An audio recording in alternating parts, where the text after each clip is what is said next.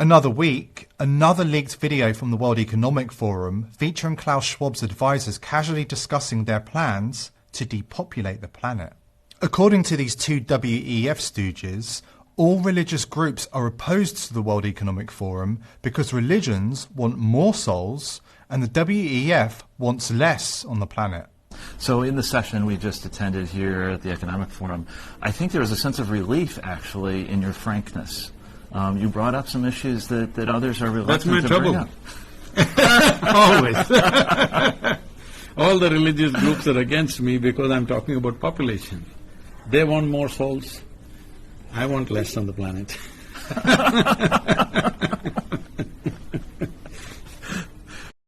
At what point do we stop and say enough? How many times does the World Economic Forum have to declare their sinister intentions before the world stops and listens?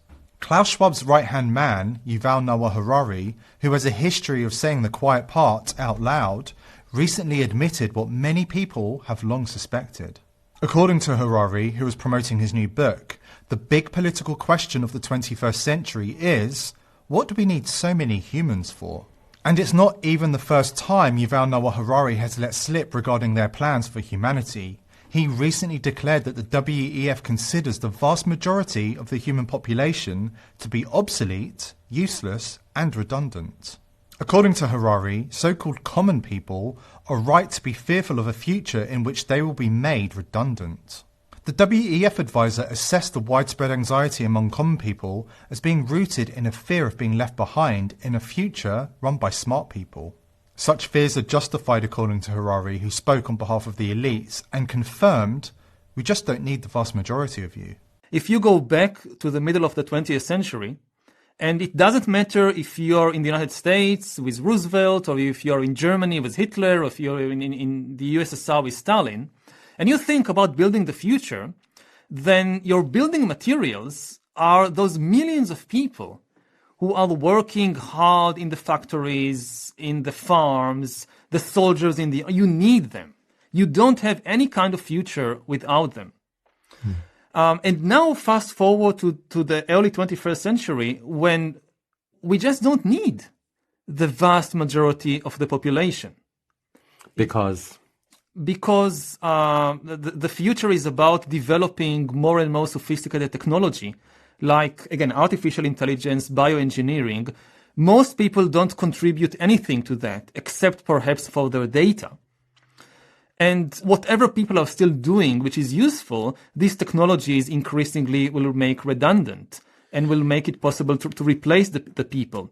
Harari's comments are deeply disturbing because when they are placed in context with comments by other WEF advisors and affiliates like Bill Gates, it becomes clear that they have disablement and depopulation on their mind. And the UN is working hand in glove with the WEF. Here is Christiana Figueres letting the cat out of the bag about the plans of the elite. Isn't it true that stopping the rise in population would be one of the biggest levers in driving the rise in greenhouse gases? Is that well, I mean, we all know we expect 9 billion, right, by 2050.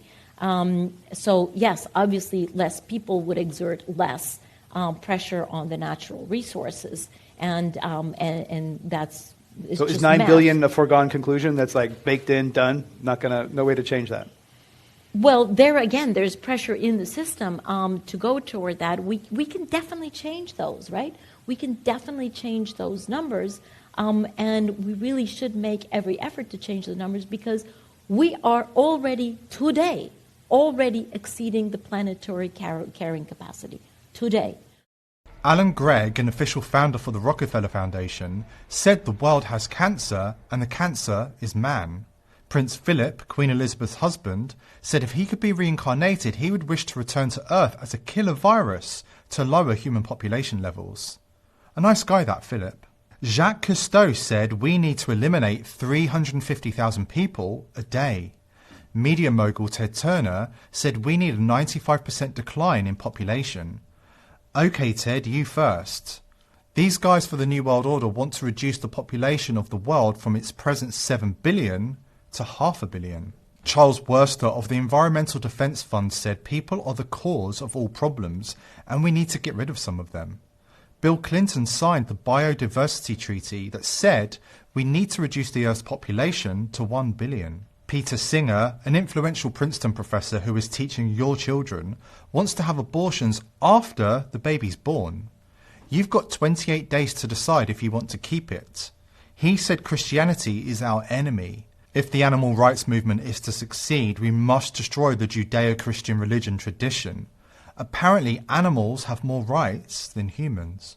Maybe that's why the powers that be are promoting abortion parties. Straight up, though, if I ever have to have an abortion, you bet I'm gonna have a fucking party. I'm gonna have cupcakes with aborted fetuses drawn on them, lots of snacks, I'm gonna come up with some sort of cocktail and call it the aborted fetus, and me and all of my friends are just gonna hang out, eat a bunch of yummy dead fetus themed food, get drunk, and have a great old time. And maybe that's why the shots are causing mass deaths. But you'll never hear about that on the mainstream media because they are bought and paid for by Pfizer.